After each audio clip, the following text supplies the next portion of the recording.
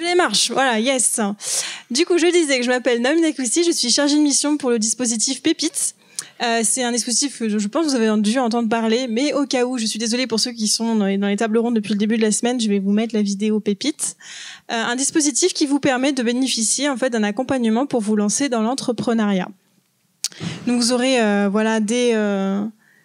des cours en parallèle des vôtres, mais c'est compatible avec un rythme étudiant parce que c'est des ateliers qui ont lieu le soir une fois par semaine, 2 heures, donc c'est quand même jouable. Après, voilà, ils en parleront. On a des pépites justement ce matin qui sont passées par le dispositif et qui pourront vous donner un peu leur avis, eux, sur comment ils ont vécu leur année, est-ce que ça leur a apporté ou pas, et voilà, peut-être vous donner envie de candidater à ce dispositif.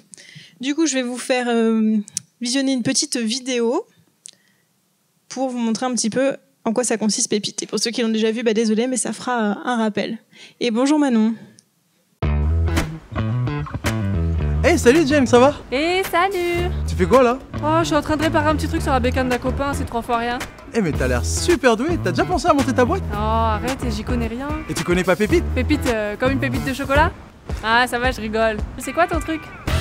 Alors Pépite, c'est le pôle étudiant pour l'innovation, le transfert et l'entrepreneuriat en Nouvelle-Calédonie. Pour t'expliquer, c'est un pôle fait pour te permettre en parallèle de tes études de te lancer dans l'entrepreneuriat. Si tu as eu ton bac et que tu es en BTS, en licence, en master ou plus, et quel que soit ton domaine d'études, lettres, langues, maths, informatique, économie, chimie... Bon, en tout cas, il y a Pépite qui est là pour t'aider à lancer ta boîte et à devenir ton propre patron. Donc, pour t'expliquer, tu peux candidater seul ou en équipe. L'essentiel, c'est d'avoir une idée en lien avec tes études, tes passions, genre pour toi, la moto. Pas mal le tatouage. Ça peut être aussi une envie de reprendre une entreprise. Ou de créer ton association. Pépite va t'apporter, en dehors de tes cours, des ateliers pour t'aider. Tu auras des tuteurs, tu pourras rencontrer d'autres entrepreneurs et tu pourras avoir accès à une salle tout équipée pour travailler sur ton projet.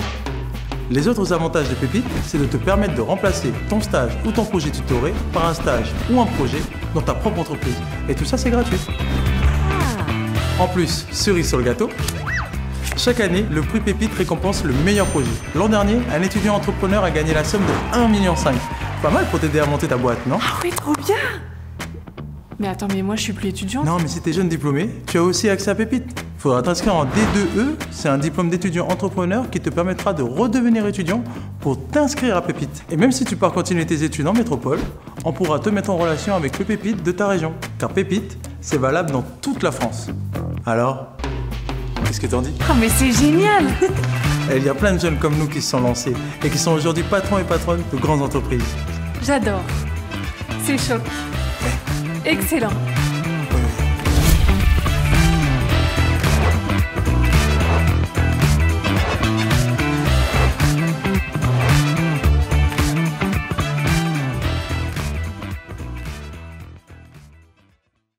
Voilà pour vous donner une idée à peu près de ce qu'on vous propose. Ce matin, c'est pas une présentation formelle en amphi, on est là pour échanger. C'est pour ça que je vous ai insisté pour que vous soyez devant. Le but, c'est que vous puissiez poser des questions. Donc, il manque encore Clément qui va pas tarder à nos porteurs de projets qui sont là ce matin. Ils sont pas beaucoup plus vieux que vous. Donc, le but aussi, c'est de pouvoir vraiment vous poser vos questions. Il n'y a pas de questions bêtes. Donc, osez prendre la parole et lever la main quand vous avez envie de poser une question. Et voilà, le but soit vraiment que ce soit un échange. Et du coup, je vais laisser vous présenter. Voilà, donc on a 4 intervenants ce matin de toutes de promotions différentes. C'est possible du coup de donner votre nom, prénom, votre projet, à quel stade il en est et quelle promotion Pépite vous étiez. Et je te laisse la parole Manon pour commencer. Hop. Bonjour, donc je m'appelle Manon Locker, j'ai 26 ans. Et mon projet, c'est Bio Swimwear, donc c'est une marque de maillot de bain éco-responsable. Et j'appartiens à la promotion Pépite 2022, dont j'étais lauréate. Hello, moi c'est Kirkland. Du coup, promo 2023. Donc perso, on est une équipe de 7 personnes à lancer une agence de communication et donc on est spécialisé dans tout ce qui est com, digital, site web et tout, en utilisant les outils comme IA, je pense que vous connaissez, ChatGPT et compagnie. Donc voilà, on utilise ces outils et on développe une agence de com. Bonjour à tous, moi c'est Laurent Forest et du coup j'ai pour projet d'ouvrir une épicerie itinérante sur Lifou et je fais partie de la promotion 2023 avec Kirkland. Et du coup, Clément qui va nous rejoindre, qui était promotion 2022 et qui a ouvert Rhétorique Formation. Est-ce que vous pouvez nous parler justement un petit peu de vous étiez, alors sauf Laurent, votre parcours d'études pendant que vous faisiez Pépite. Est-ce que qu'est-ce que vous faisiez comme formation et comment vous l'avez vécu justement d'avoir les deux en parallèle, le dispositif, les cours, se lancer en entrepreneuriat et suivre votre cursus initial. Donc moi en 2022 j'étais en BTS comptabilité gestion à la CCI. Et j'ai rejoint le parcours Pépite en avril 2022. Donc j'étais sur ma dernière année c'était l'année où j'allais être diplômée. Et je l'ai bien vécu. Ça m'a vraiment aidé. Et c'était un soulagement parce que grâce à Pépite, j'ai pu avoir du soutien et être entourée de personnes qui avaient des projets, c'est pas un peu qui avaient des projets. Donc voilà, c'était plus simple. Perso, je suis en BUT, je suis et je ne suis plus, c'est bizarre, en BUT MMI, donc je sais pas s'il y en a qui voient ce que c'est une formation axée du multimédia et de l'internet, et donc on a allié notre formation et aux études, et la question est-ce que c'était facile ou pas, c'était compliqué. Parce que il y a différents types de formations à l'université. Vous êtes en quel cursus, quelle classe? On n'entend pas. Ok, super. Et licence. Ok. Donc finalement, il y a différentes, comment on peut appeler ça, il y a des formations qui ont plus ou moins d'heures, il y a des licences qui en ont moins, donc ça peut être plus facile d'allier les cours et l'entrepreneuriat. En MMI, on en avait entre 35 et 40 heures semaine hors projet à faire à la maison. Donc finalement, c'était assez compliqué d'allier tout ça, donc on travaille les week-ends et on dort pas beaucoup. Mais c'est possible, donc clairement si vous avez des projets, si vous avez envie et surtout la motive et la rigueur, je vois pas qu'est-ce qui peut vous arrêter à lancer un projet. Voilà. Si, du coup ton parcours toi Laurent, ton parcours salarié, expérience. Alors mon parcours en entier. Ton dernier diplôme et puis ton parcours en tant que salarié, dans quoi tu as travaillé, tu es parti en métropole. Tout ? Oui. Alors, on va parler de moi. Alors, moi, justement, j'ai un parcours un peu particulier parce que je suis parti en métropole pendant 13 ans et donc j'ai un niveau baccalauréat. J'étais dans le monde du salariat et je suis revenu en Calédonie parce que au bout d'un moment la métropole ça va, et je me suis dit j'aurais bien voulu apporter un petit peu ma pierre à l'édifice, donc je me suis renseigné et là je me suis dit que Pépite ça pouvait être intéressant justement parce qu'ils sont là pour nous aider. Bonjour. Ils sont là à nous aider sur nos projets. Donc en fait je suis rentré en Calédonie en 2022. Ouais, 2022. Et après, j'ai enchaîné en fait des petites missions d'intérim, ce genre de choses-là. Et Pépite, en fait, ça m'a permis d'avoir ces cours du soir. En plus, pour me préparer avec différents ateliers où on a travaillé un petit peu le business plan, la prise de parole, vraiment des choses qui peuvent servir dans le monde de l'entrepreneuriat. Et avec Pépite, en fait, j'ai pu aussi intégrer parce que comme j'étais plus étudiant, intégrer un petit peu ce qu'on a vu dans la vidéo là, le statut d'étudiant, et passer le diplôme de D2E. Et tu veux que je parle un peu du diplôme du D2E? Ouais. Et du coup, le diplôme du D2E, c'est on reprend le statut étudiant et on choisit des modules avec l'IAE où on peut choisir des cours selon nos besoins de marketing, de comptabilité. C'est vraiment des choses où on a besoin de renforcer la gestion de stock, où c'est vraiment, on peut faire des choses sur mesure. Et du coup, c'est un diplôme qui se passe en un an, où au début de Pépite, en fait, on passe devant un jury pour présenter le projet de départ. Et après, on repasse devant un jury pour le D2E, où ils voient l'évolution de notre dossier, comme quand on a travaillé sur le dossier, que le business plan est complet, il tient la route. Et suite à ça, en fait, on valide ou non notre diplôme. Et est-ce que tu l'as validé ? Et je suis passé devant le jury le début du mois et apparemment, je l'ai validé selon Naomi. Mais je ne l'ai pas encore reçu. Hein. Et c'est véridique. Et justement, donc là, on parlait aussi donc d'études et de projets entrepreneuriales. Est-ce que c'est un plus du coup est-ce que vous encouragez du coup à continuer quand même les études est-ce que du coup à refaire, non, vous vous concentriez que à ça, ou quand même vous êtes content d'avoir validé BTS ou toujours continuer dans le BUT? Du coup, est-ce que je conseille de lancer un projet en parallèle de ses études? Oui, mais il faut être solide. Hein. Vraiment, c'est facile d'avoir des doutes, d'abandonner. Donc, si déjà vous gérez pas d'un point de vue études, ouais, peut-être pas. Parce que voilà, il faut être solide. Et les études, c'est la sécurité, ça fonctionne très bien. Hein. D'avoir un diplôme, on peut trouver plus facilement un taf après. Alors que l'entrepreneuriat, c'est plus aléatoire. Quand vous lancez, je sais pas, admettons une patente, vous êtes livré à vous-même, entre guillemets. Bon, il y a plein d'accompagnements, les chambres consulaires, etc. Mais évidemment, si déjà vous êtes dans votre licence, dans votre même master ou même doctorat, on a quelqu'un qui était en doctorat cette année dans notre promo, elle n'a pas pu beaucoup avancer sur son projet. C'est frustrant de se dire que ce qu'on veut faire réellement n'avance pas. Donc autant parfois se focus, mais si vous savez que vous pouvez allier vie pro, perso et études, pourquoi pas? C'est pas à la portée de tout le monde. Faut pas croire des fois les messages d'influenceurs Instagram qui tombent dans votre feed assez facilement une fois que vous vous intéressez à l'entrepreneuriat. Hein. Du style, je sais pas, un Yomi Denzel qui vous donne des oui, alors entreprenez, ça va changer votre vie.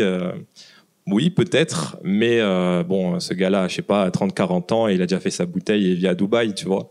Donc finalement, on n'a pas les mêmes bagages déjà, on n'a pas la même vie. Donc, si vous voulez commencez petit mais sûr. Entourez-vous des bonnes personnes et ne croyez pas forcément ce qu'on dit sur les réseaux sociaux. C'est pas eux qui vous apprennent à vraiment la dure réalité. Ils vous donnent des conseils, mais appliquez et puis voilà.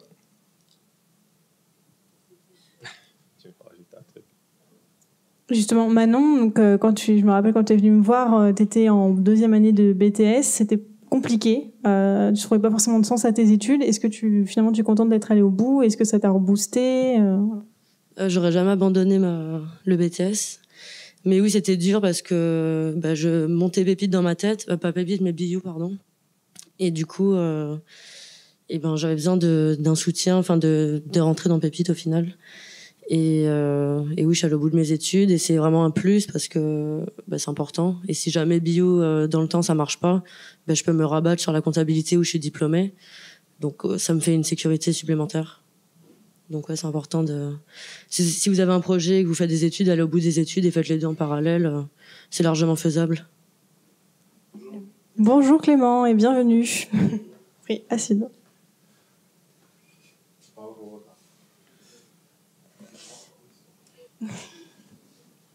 Et bien du coup Clément, tu vas pouvoir te présenter direct dans le bain sur du coup ton nom, ton projet et quelle promotion Pépite tu étais et si tu étais étudiant ou non pendant cette période-là.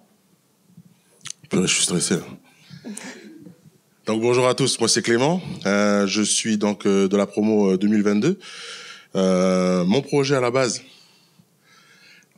c'était un projet textile, donc un projet de vêtements grande taille. Vous aurez compris pourquoi. Et donc du coup, c'est vrai que durant cette année Pépite, voilà, j'ai beaucoup réfléchi, notamment sur la faisabilité du projet, la rentabilité, et surtout comment financièrement j'allais mener à bien mon projet. Et du coup, j'ai choisi de faire autre chose, c'est-à-dire coach en art oratoire. Alors pourquoi ce choix? Parce qu'en fait, si vous voulez, depuis quelques années, moi j'ai un parcours entièrement dédié à la communication. Et c'est vrai que j'ai développé cette compétence qui aujourd'hui est nécessaire, je pense en Nouvelle-Calédonie, d'aider les gens à s'exprimer, mais vraiment au travers de tous les aspects de la communication, c'est-à-dire verbal, paraverbal et non verbal. Et c'est ce que je fais depuis maintenant 1 an. Et j'ai aidé tout type de personnes et vraiment j'en suis fier. Et je suis surtout fier d'avoir intégré Pépite. Donc j'espère que vous en ferez autant. Voilà. Et ta formation, du coup, quand tu étais à Pépite, tu étais inscrit en licence pro. Donc moi j'ai repris. Ah, oui. Ouais, voilà, le parcours d'études. Je vous souhaite pas mon parcours, mais bon. La reprise d'études, quand on a 30 ans, c'est compliqué. Mais donc après 12 ans de salariat, j'ai décidé de reprendre des études à l'IUT. Donc c'était une licence communication et art numérique. Et durant ce début d'année que j'avais eu en 2022, il y a une amie une amie de la promo qui me dit tu voulais pas devenir entrepreneur? J'ai dit si, pourquoi? Parce qu'il y a un dispositif ici qui existe, ça s'appelle Pépite NC. J'ai dit ok, c'est quoi? Mais t'es sûr qu'ils voudront de moi, ils voudront de mon idée? Tente ta chance, tu verras. J'ai monté mon dossier en 2 heures. Et j'ai envoyé ça à 11h55, le jour où c'était le dernier délai. Mais j'étais accepté quand même. Donc voilà, c'est pour vous dire que c'est faisable, même si c'est un dossier à l'arrache, même si les idées sont pas encore bien formées. L'année de Pépite va vous permettre de définir votre projet, de l'affiner et surtout d'en tirer quelque chose à la fin. Voilà. J'arrête de parler parce que... Merci Clément. Alors, je vais encore te laisser la parole parce que du coup, question que j'ai déjà posée aux autres, c'était sur justement la difficulté d'allier les deux, de se lancer dans l'entrepreneuriat et d'avoir en plus des études à côté. Comment tu l'as vécu? Surtout que tu étais en licence pro, donc en alternance. Alors, licence pro, donc travail en entreprise le jour, cours du soir, Pépite. 2 semaines plus tard, on enchaîne avec les cours de l'UNC, plus la vie de famille.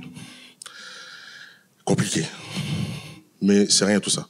En réalité, c'est une question d'équilibre.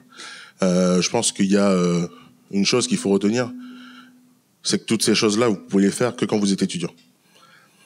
Une fois que vous êtes dans la vie active, c'est compliqué. Vous voyez, là, ce matin, là, j'arrive tout droit d'un coaching. J'ai commencé à 6h30 ce matin. Et ça pique. Voilà. Ça pique vraiment. Ça en vaut la peine. Mais ce temps que vous avez dans les études, profitez-en pour faire tout ce que vous avez à faire, notamment si vous avez des idées d'entreprise, faites-le maintenant. Voilà. On va échanger, comme ça c'est plus facile de faire circuler le micro. Moi, j'aime bien le microphone. Alors, encore une question pour vous. Quel était justement le déclic sur l'entrepreneuriat après certains 10 ans, le salariat qu'est-ce qui a fait que, vas-y, je saute le pas pour me lancer? Toujours moi, du coup. Bah, si tu veux. J'aime bien arriver en retard, c'est ça qui est bien. Alors, sauter le pas. Pas évident, mais je veux dire, il y a un moment donné où vous allez voir, quand vous allez commencer à bosser, vous allez savoir tout de suite si le salariat c'est fait pour vous. En fait, il y a un conflit qui se crée tout de suite. Quand vous rentrez dans une entreprise, vous savez si vous allez supporter la hiérarchie ou pas. Si vous supportez pas, ciao bye. Mais il faut pas partir pour rien, c'est-à-dire, il faut avoir un vrai projet. Et notamment des projets qui répondent aux besoins du pays. Et il y a tellement de besoins ici en Calédonie qu'en fait, tous vos projets vont pouvoir répondre à ces besoins. Mais tout ça pour vous dire quoi? C'est que, en fait, si vous voulez, moi, après 12 ans de salariat, j'étais pas satisfait de ce que je faisais. J'avais un bon salaire, une bonne situation. Mais quand on n'a pas d'impact sur le pays, quand on n'a pas d'impact dans la vie des gens, en réalité, notre vie, elle est vide. Et vous allez vite vous en apercevoir. Les premières années, c'est top. On touche un bon salaire, on voyage beaucoup, mais on a vite fait le tour. Une fois qu'on a fait le tour de tout ça, qu'est-ce qu'on apporte vraiment au pays? Qu'est-ce qu'on apporte vraiment aux gens? Est-ce qu'on change leur vie? Quand on est salarié, c'est compliqué. Mais quand on devient entrepreneur, quand on fait le choix d'assumer ses valeurs, d'assumer son projet et de se donner à fond pour y aller, c'est la meilleure des décisions. En tous les cas, pour moi, j'ai conscience qu'on a besoin des fonctionnaires, on a besoin des salariés, on a besoin de vos profs notamment, certains que je reconnais dans la salle, n'est-ce pas, Madame Nespelous? Je l'ai eu en cours aussi, en terminale. Elle était méchante avec moi. Mais c'était pour mon bien, c'était pour mon bien. J'étais nul en économie, donc... Non, mais tout ça pour vous dire qu'on a besoin de tout le monde. Mais surtout des entrepreneurs. Parce que c'est les entrepreneurs qui créent de la richesse pour le pays. C'est vous qui allez plus tard créer de la valeur ajoutée pour le pays. Donc c'est maintenant qu'il faut savoir ce que vous voulez faire. Est-ce que vous voulez suivre le troupeau? Est-ce que vous voulez suivre la masse? Ou est-ce que vous voulez vivre pour vos propres idées et des idées qui vont servir le pays? Ça, c'est une question que je vous pose. Voilà. Toujours à moi ou... Non, je peux passer la parole. On reviendra. Quel a été le déclic de te lancer en entrepreneur? Est-ce que ça a toujours été une volonté de ta part de dire un jour je serai mon propre patron, ou non, il y a eu une rencontre, un fait tu t'es dit non, là il faut que je me lance? Non, moi c'était une évidence et j'ai réuni toutes mes passions et du coup je me suis dit je vais créer une marque de maillot. Et le salariat, c'est compliqué. J'ai fait 1 an de salariat après mes études et j'ai fini hier là. Et franchement, je suis contente. C'était trop compliqué, j'arrive pas à me concentrer, j'aime pas la hiérarchie. Donc autant faire ce qui me plaît et ce que j'aime. Donc moi, c'est créer des maillots, j'aime bien la création, faire la com, toucher à tout en fait. Alors qu'en salariat, on te donne un poste et voilà. Enfin moi, ça me plaisait pas. Merci Manon. De mon côté, du coup, je suis un post-bac à l'université. Donc finalement, j'ai terminé en 2020 et 22. 21, 22, 23, mon +2 à l'UT. 24, je monte mon entreprise. Et 25, on verra. Je suis aussi salarié à côté. Parce que, un étudiant n'a pas forcément beaucoup d'argent. Donc, j'ai pas beaucoup d'argent. Il faut l'investir intelligemment. Et donc, j'ai décidé de faire un mi-temps à côté pour après financer mon entreprise. Et il faut pas se mentir qu'avoir un salaire, c'est quand même cool. C'est-à-dire, je travaille, je fais mes heures, et à la fin, début du mois, on a un salaire. C'est tout bête, mais c'est bien. C'est cool aussi, c'est moins de stress. S'il y a des problèmes, en soi, c'est la hiérarchie qui aussi s'en occupe. Bon, après, ils peuvent nous taper sur les doigts. Mais dépendant du secteur où vous êtes, ça peut être des bonnes personnes, finalement. Donc chacun son profil. Hein. Je pense qu'il y a des gens qui sont pas faits pour l'entrepreneuriat. Et au contraire, d'autres qui sont vraiment faits et peut-être qu'ils ne sauront jamais s'ils n'essayent pas. Donc il faut essayer. C'est vraiment un monde sur lequel il faut essayer. Et de toute façon, comme avait dit Clément, en fait, on n'a rien à perdre. Alors, pour beaucoup, on vit encore chez nos parents. Donc finalement, quand tu n'as pas de loyer, tu n'as pas d'enfants, tu n'as pas de crédit, il faut se lancer, parce que c'est pas quand tu auras bien plus d'années et quand tu auras, comme je dis, des dettes, des crédits pour rembourser, je sais pas, ton crédit à la consommation avec une belle télé 4K. C'est à peu près ça. C'est let's go se lancer, quoi. C'est un petit peu compliqué de passer après tout ça parce que je sais plus quoi raconter. Toi, ton déclic à toi? Mon déclic, ça a été mon histoire personnelle. C'est un peu ce que rejoint Clément. C'est vraiment cette envie parce qu'en Calédonie, on est quand même un pays assez jeune, donc il y a quand même beaucoup de choses à faire. Par exemple, c'est pour ça qu'ils ont lancé leur entreprise. Il y a beaucoup de retard dans tout ce qui est multimédia, communication, marketing. Donc il y a vraiment beaucoup d'opportunités de création d'entreprise. Il y a vraiment beaucoup de problématiques. Il faut vraiment se poser vraiment cette question. Qu'est-ce que je peux faire pour mon pays? Quelles sont les solutions que je peux apporter? Et je pense que c'est un petit peu le premier pas qui amène à l'entrepreneuriat. C'est vraiment se poser des questions et chercher des solutions. Donc pour moi, ça a vraiment été cette volonté de devoir répondre un petit peu à la problématique qu'on rencontre, notamment sur les îles. Merci Laurent. Alors je tiens à nuancer quand même, je suis salariée et j'adore mon travail. Donc c'est possible aussi de faire les deux. Ça fait quand même 4 ans que je re-signe. C'est possible aussi de faire les deux, et ça peut être aussi une sécurité au début quand vous vous lancez, avoir un emploi sûr, et de petit à petit, progressivement, quand ça commence à marcher, de dire ok, là je peux lâcher et je me lance à mon compte. Parce que sinon, c'est pas en fonction de la situation de chacun. Effectivement, quand on n'a pas encore le loyer assumé, qu'on n'a pas de prêt, qu'on n'a pas de crédit, pas de voiture, etc. Oui, on prend un risque un peu moins important, mais quand on commence à avoir tout ça, ou même une famille, on pense plus qu'à soi, mais aux autres. Donc, c'est possible aussi d'être salarié et épanoui, je vous rassure. Il y a des postes qui offrent de la souplesse. Moi, je fais ce que je veux, j'adore les tâches que je fais beaucoup de choses dans la journée différentes. Donc, c'est à vous de trouver aussi ce qui peut vous convenir. Et l'un ou l'autre, ce qui est important, c'est l'épanouissement aussi que vous y mettez, et que les missions que vous faites dans la journée, vous plaisent. Voilà. Même si, vive l'entrepreneuriat, évidemment, on est là pour ça. Alors, est-ce qu'il y a des questions déjà parmi vous? Oui. Alors, je donne le micro à chaque fois. Je sais, c'est pas pour vous embêter, c'est pour que pour l'enregistrement, on puisse entendre les questions qui sont posées. Hop, je te donne le mien en attendant. Bonjour, donc merci pour tous vos témoignages, c'est vraiment intéressant. Question notamment pour Clément. Donc moi j'ai des idées de projet pour me lancer dans le service, plus particulièrement dans le coaching pour les étudiants, parce qu'aujourd'hui les étudiants, notamment en terminale, ils ont beaucoup de pression ou même en termes de transition académique. Et du coup ma question c'est quelle sorte de certification as-tu à offrir donc à tes clients pour dire j'ai telle compétence ou donc je suis certifié, j'ai fait telle formation pour être crédible auprès de ta clientèle. Et est-ce que aussi tu as des contrats ou des partenariats avec donc des contrats donc avec des sociétés pour proposer, on va dire, du coaching oratoire en équipe. Voilà, merci. Déjà, merci pour ta question. Je pense que déjà, oui, effectivement, il faut des diplômes. Mais ce qui compte le plus, c'est d'avoir des certificats. Tu vois, par exemple, j'ai passé le certificat de formateur avec le CNAM. Ça, c'est le papier qu'il faut. Si tu veux commencer à faire de la formation, du coaching, tu es obligé d'avoir cette formation pour adultes qui est nécessaire pour avoir après ton agrément auprès de la DFPC, la Direction de la formation professionnelle continue, qui est nécessaire. Donc tous ces certificats sont nécessaires bien sûr, et tes diplômes aussi. Tu vois, par exemple, moi j'ai une licence, j'ai un BTS, j'avais un BTS, ensuite j'ai eu une licence plus le certificat, donc ça, c'est sûr que ça donne un peu de poids. Mais je veux dire une chose, ce qui te donne du poids, c'est pas les diplômes. C'est ce que tu proposes aux gens.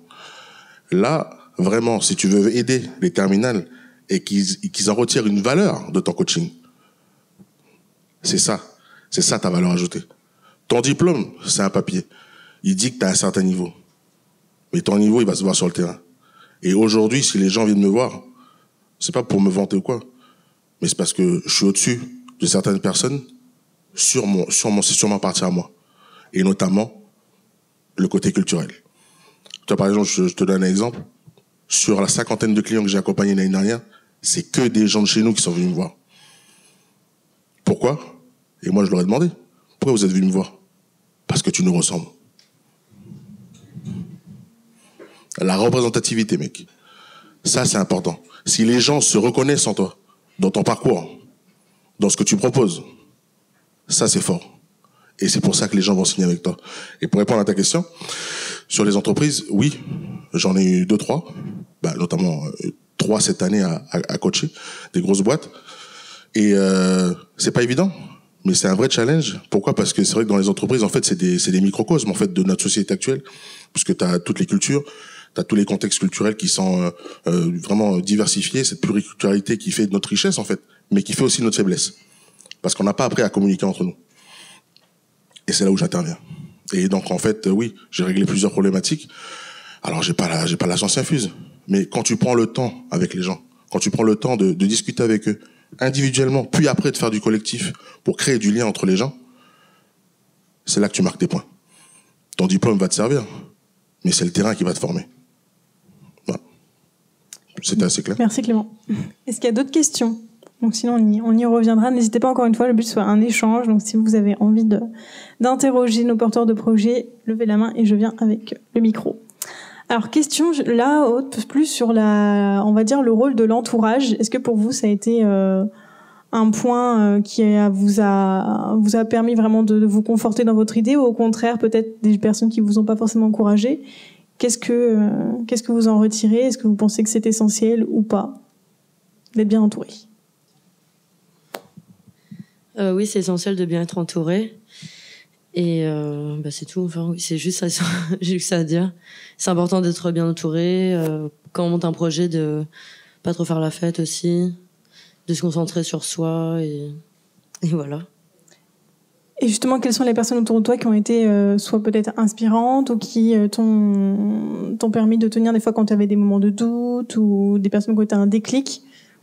Quand j'ai monté Bio, je voyais plus personne. J'étais enfermée chez moi tout le temps et je passais juste mon temps à travailler mes idées pour ma marque et les cours. Et je sortais plus du tout. Et j'avais que quelques amis et c'est tout. Et après, c'est revenu en début 2023 où j'ai repris les sorties, etc. Une fois que j'étais diplômée et que j'avais remporté Pépite. Mais oui, la famille, je joigne ma famille souvent parce que je vis seule. Enfin, je vis plus chez mes parents depuis longtemps. Et quelques amis, des amis qui vont vous tirer vers le haut et pas vous tirer vers le bas, et c'est tout. C'est l'essentiel. Des personnes qui vous soutiennent. Est-ce qu'on fait le tri de certaines personnes qui sont autour de nous ou pas? Mais ça, tout le temps, en grandissant, année après année, on fait tout le temps des tris. Qu'on ait un projet ou pas, je pense que c'est des choses normales. Attendez, je vais vous donner celui-là, c'est un peu pratique. Alors, pour tout le monde. Non, c'est... On continue peut-être. Ok. Oui, bah carrément, hein, faire le tri chez les gens qu'on connaît, surtout.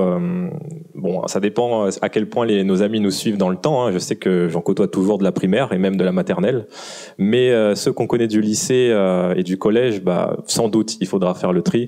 Quand on vous appelle à 22h, ouais, salut, on va au MV. Bon, si on a un projet à côté, peut-être ça peut être compliqué. Donc oui, c'est l'année dernière, du coup, c'était vraiment on proposait beaucoup de sorties, mais tu ne peux pas répondre oui si tu as des objectifs à côté. Si tu sais que tu vas rentrer à 2h du matin, demain à Gueule de Bois, bon, on sent les priorités déjà. Je dirais que... Et en plus, je l'ai dit à mes amis ça aussi, parce que du coup, bon, du jour au lendemain, il ne faut pas les abandonner quand même, hein, on pense à eux.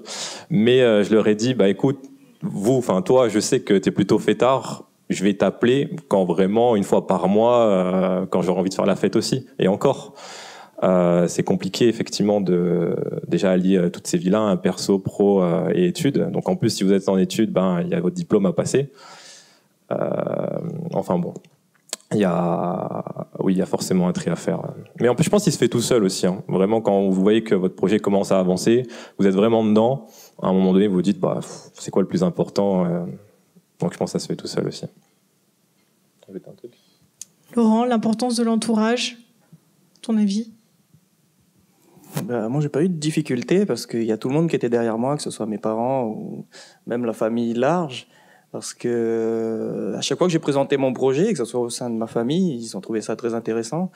Et même quand j'ai dû aller présenter mon projet à la province des îles, ou parler, même quand j'ai dû faire mon questionnaire pour interroger les gens sur les îles, j'ai vraiment eu un retour positif. Donc j'ai eu non seulement un soutien de ma famille, mais j'ai eu un soutien carrément de la population. Donc là, c'est carrément quelque chose qui m'a porté et qui m'a réconforté. Donc oui, ça peut être intéressant d'avoir du soutien, parce que faut se dire qu'aussi au cours de l'année, on va avoir des baisses de morale, on va douter, on va se dire peut-être qu'il y a des choses que j'ai pas bien vues, et c'est à ce moment-là en fait où on a besoin de ce soutien et de se dire que non, en fait, c'est ça que je veux faire depuis le début. Et alors, est-ce que vous êtes team je parle de mon projet un peu à tout le monde, ou je garde tout top secret, je ne donne aucune info? Ça, c'est une question pour moi, ça. Tu l'as fait exprès. Alors, moi, j'ai commencé mon projet un petit peu en mode discretos. Je voulais en parler le moins possible quand je suis arrivé à Pépite, même quand on faisait les ateliers et tout. Parce qu'en fait, on parle en échange entre nous pour essayer de s'enrichir mutuellement. Et je limitais un petit peu ma parole. Je disais, voilà, je vais juste faire un petit truc comme ça. Et maintenant que je suis un petit peu plus dans la phase de lancement, je participe plus au Café Sans Filtre ou ce genre de choses-là, même aux radios, quand on doit pitcher un petit peu notre projet. Et moi, j'ai eu un petit peu cette phase-là, en fait, où au début, je voulais me retenir. Et puis maintenant que je vais chercher un petit peu des investisseurs ou même à faire connaître mon projet, là, du coup, je suis obligé de le présenter correctement et d'en parler autour de moi pour avoir de la clientèle. Mais du coup, finalement, ça apporte peut-être plus de bonnes choses d'en parler que de ne pas en parler, non ? Juste ton avis. Oui, parce que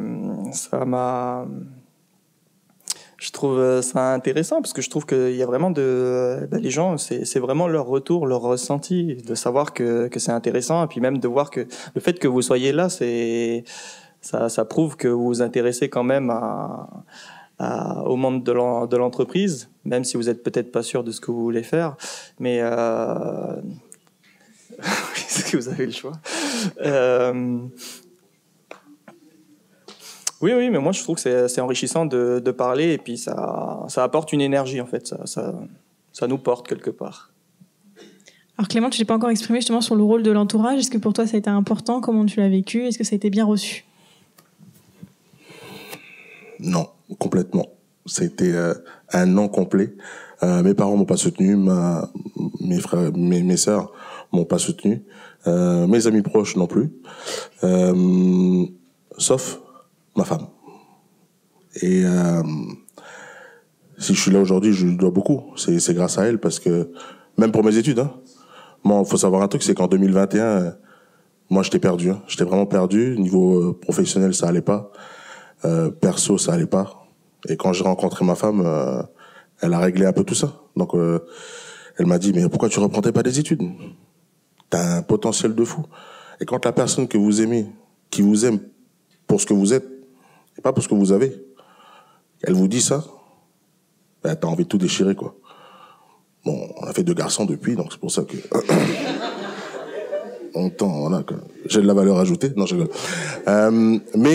Mais pour parler sérieusement, parce qu'il y a Madame Nespoulos qui est là, il faut vraiment, oui, je pense, avoir quelqu'un qui vous sert de repère de votre famille ou dans votre entourage proche. Quelqu'un qui va être là juste pour vous dire, écoute, je pense que tu prends la bonne direction, je pense que tu prends pas la bonne direction, mais quelqu'un qui va vous parler franchement. Moi, ma femme, elle n'hésite pas à me descendre. Hein. Écoute, mon cœur, là, tu vas un peu trop loin. Là, reviens ici, là, reviens avec nous, là, reviens avec nous.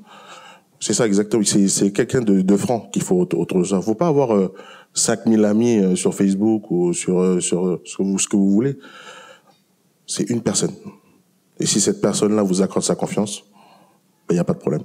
Après, pour le projet, savoir est-ce que vous allez devoir en parler ou pas, moi, j'en parle facilement. Bah, parce que je suis coach en art oratoire, donc si je fais de l'oratoire et que j'ai peur de parler, c'est un peu compliqué. Mais c'est vrai que sur ce projet-là, moi, je préfère en parler, puisque des fois, même si on a des retours négatifs, pardon, bah, c'est quand même des retours. Il faut savoir les accepter, il faut avoir l'humilité nécessaire pour accepter la critique. Mais autour de nous, il y a aussi beaucoup de personnes bienveillantes qui vont nous dire ou pas si c'est faisable. Et on a la chance en Calédonie d'avoir des dispositifs comme Pépite et bien d'autres qui justement accompagnent ce genre d'idée. Vous n'êtes jamais seul en fait. Et ce qui est top, c'est que si un jour vous intégrez Pépite, il faut savoir un truc, c'est que c'est une grande famille. Toutes les promotions à venir ou passer, on communique beaucoup entre nous, on garde beaucoup le lien. Moi, je fais partie de ce qu'on appelle un peu les grands frères de ces promos-là. Parce que moi, je tiens à cœur que tous vos projets se réalisent. Voilà, tous ceux qui sont là pourront vous le dire. Ça, c'est quelque chose qui me tient à cœur. C'est qu'en tant que jeune, vous puissiez réaliser vos projets et que ça se réalise vraiment, que vous soyez heureux, en fait. Que vous ayez vraiment un réel impact sur le pays. Voilà. Donc, oui, moi, je pense qu'il faut en parler. Voilà. Ok. Et justement, pour conclure sur la question de l'entourage, est-ce qu'aujourd'hui, ils ont changé d'avis en voyant où tu en es? Ceux qui te soutenaient pas à la base. Alors, quand j'ai passé la barre de 10 000 abonnés sur TikTok avec mon contenu, là, il y en a quelques-uns qui ont fermé leur bouche. Hein, je peux vous dire, commencent à voir la radio, commencent à voir la télé. Purée, mes petits frères, ils partout, là, l'engin, il fait quoi? Et en fait, ils ont compris. J'ai mis un an. Hein. J'ai mis un an pour montrer aux gens de quoi j'étais capable. Hein. 1 an, 12 mois, 365 jours. C'est long. C'est long. Quand j'ai commencé le 13 janvier 2023, donc le 13 janvier de cette année, ça fait 1 an pile poil. Et c'est très très long. Très très long quand les gens croient pas en vous. Mais il faut pas lâcher. Plus les gens croient pas en moi, plus je persévère. Plus on me dit de pas aller dans cette direction, plus j'ai envie d'aller. Vous pouvez demander à Madame Nespoulos. Pardon Madame, ça fait plaisir de vous voir. Plaisir de vous voir. Ouais, j'ai charré un peu parce que j'étais vraiment nul en écho, moi. Non, mais c'est vrai que il faut continuer dans cette voie qui vous porte, cette voie qui vous parle en fait. Parce que si le salariat ça vous parle pas, bah changez de voie. Mais il faut le savoir tout de suite en fait. Il faut pas. Enfin, moi ce que je vous conseille, c'est pas d'attendre 12 ans comme moi quoi. Moi je trouve que 12 ans, j'ai perdu mon temps. Si j'avais eu cette idée avant, je pense que je me serais évité pas mal de problèmes, pas mal de blessures personnelles, de blessures professionnelles et de déceptions surtout. Donc si vous avez une idée, foncez. Voilà. Et après, je passe la parole aux autres, mais je ne crois pas justement que cette expérience aussi, finalement, t'a permis de prendre en maturité et de réussir aujourd'hui, que si tu l'avais fait plus jeune, peut-être, ça aurait été plus compliqué. Alors pour revenir au côté maturité, oui, c'est vrai que j'aurais pas fait le projet au même âge que Kirk, par exemple, parce qu'à 20 ans, c'est pas la peine. Moi, tu m'appelles pour faire la fête, j'arrive tout de suite. Ah ouais. Non, mais c'est vrai que vous pouvez demander à Lindsay Guépi, qui est au fond de la salle, qui était en BTS avec moi. Et c'est vrai qu'on a fait quelques fêtes intéressantes. Bon, bref. Et c'est vrai que, bon, à 20 ans, c'est compliqué. Mais si vous avez la maturité nécessaire pour le faire, faites-le. Moi, j'ai attendu 30 ans. Ben, c'est comme ça. En fait, chacun son rythme. Chacun son rythme. Et personne ne vous jugera pour ça. Le tout, c'est de le faire. Faut y aller. Et surtout, pas attendre l'approbation des autres. Vous avez une idée, faut le faire. Faut exécuter. Faut être dans l'exécution. Aujourd'hui, on n'a plus le temps de perdre du temps. Et vous n'avez plus le temps d'en faire perdre aux autres. Donc c'est maintenant. C'est maintenant. 2024, là, vous êtes étudiant encore. 2025, là, ça va se jouer, là. Là, on va voir ce qu'il est vrai. C'est pas une provocation que je veux, je vous engage vraiment à y aller. Faut vraiment y aller. Parce que quand vous aurez mon âge et que vous regarderez derrière vous, vous direz, purée, je suis content de mon parcours.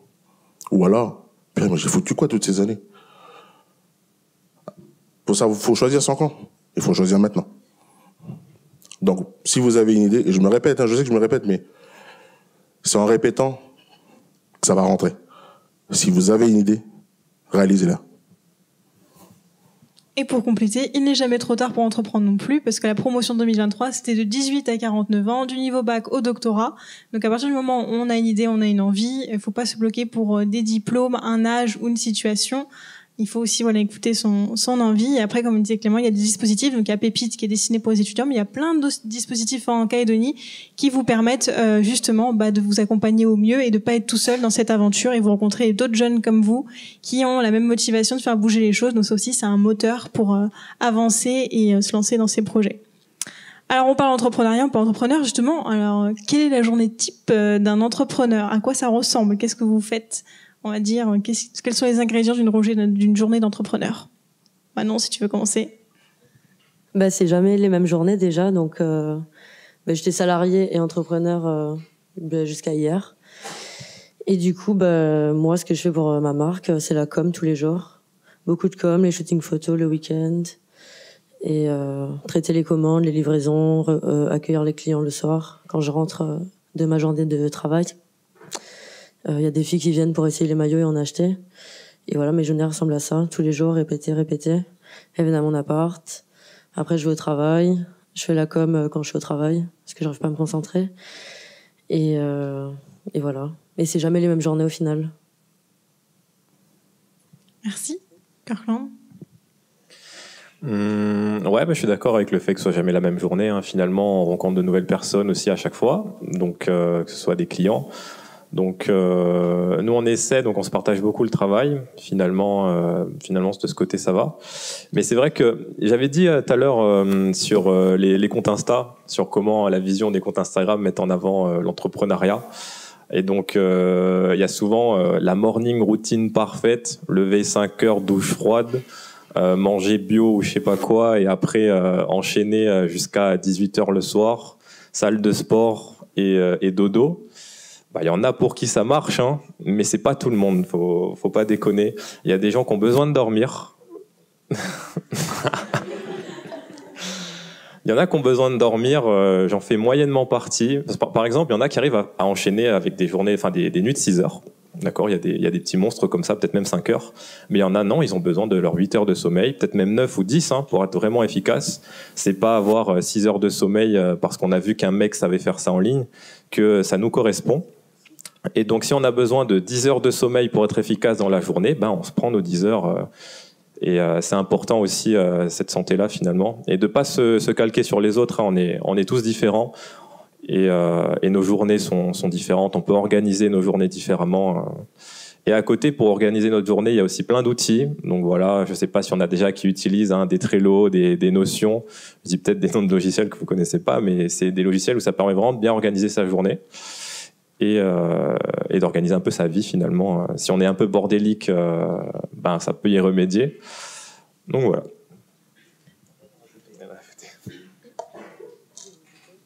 Il a dit rien à ajouter, mais vas-y, parle. Il y a Clément peut-être. Donc une journée typique, c'est ça la question? En ce moment, c'est chaud. Très très chaud pour moi. J'ai en moyenne 4 coachings par jour. Un coaching, c'est 1 heure. Hein. Donc, faut préparer la séance, préparer les salles, parce que chaque client a sa problématique. Plus des fois, je sors des vidéos sur TikTok, YouTube. J'en ai sorti une. J'ai sorti un podcast hier sur YouTube, juste pour prévenir, comme ça, j'aurai plus d'abonnés. Mais il y a aussi le fait que quand vous êtes entrepreneur, vous faites en fait plusieurs métiers en fait. Vous êtes comptable, vous êtes commercial, vous êtes secrétaire, vous faites tout quoi. Moi, je me suis dit le jour où j'ai l'argent nécessaire, je prends quelqu'un parce que j'en peux plus quoi. C'est vrai que c'est compliqué de faire 4 métiers en même temps, mais c'est formateur. C'est-à-dire que vous savez où vous allez. C'est un choix que vous avez. C'est un choix qu'on a fait de devenir entrepreneur. Mais c'est des journées qui sont pleines, des journées qui sont riches. Et moi, j'ai la chance d'être dans un espace de travail partagé, donc chez Otech, en ville, à côté de Canel. Et il y a d'autres entreprises, et on partage, c'est des open space. Donc, on a la chance de collaborer. Moi, j'ai la chance de collaborer avec d'autres entrepreneurs. Et c'est vrai que quand on a cette chance-là d'évoluer dans un cadre entrepreneurial avec des gens qui ont le même état d'esprit que vous, c'est vrai que vous évoluez beaucoup plus vite. Moi, en un an, j'ai gagné un an. En fait, j'aurais gagné beaucoup plus, mais quand je suis rentré chez Otech, dans l'espace de travail partagé où je suis, l'espace de coworking, c'est vrai que là, j'ai gagné en année parce que c'est vrai qu'on a affaire à des gens qui ont beaucoup plus de bouteilles, beaucoup plus d'années d'entreprise derrière. Et quand on travaille avec des gens qui sont issus de secteurs différents, c'est sûr que les journées sont remplies. Voilà. Donc la journée type d'un entrepreneur, c'est bien rempli. Voilà. Merci Clément. Est-ce qu'il y a des questions? Oui. Attendez, j'apporte le micro.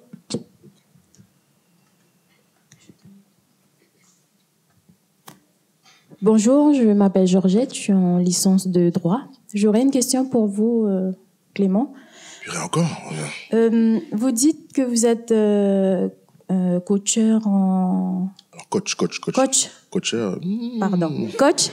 Et vous venez de dire que vous faites de la comptabilité, du secrétariat et tout ça. Mais vous avez fait des formations aussi pour pouvoir faire de la comptabilité? Bien sûr, durant l'année pépite. Durant l'année pépite, on a des cours du soir.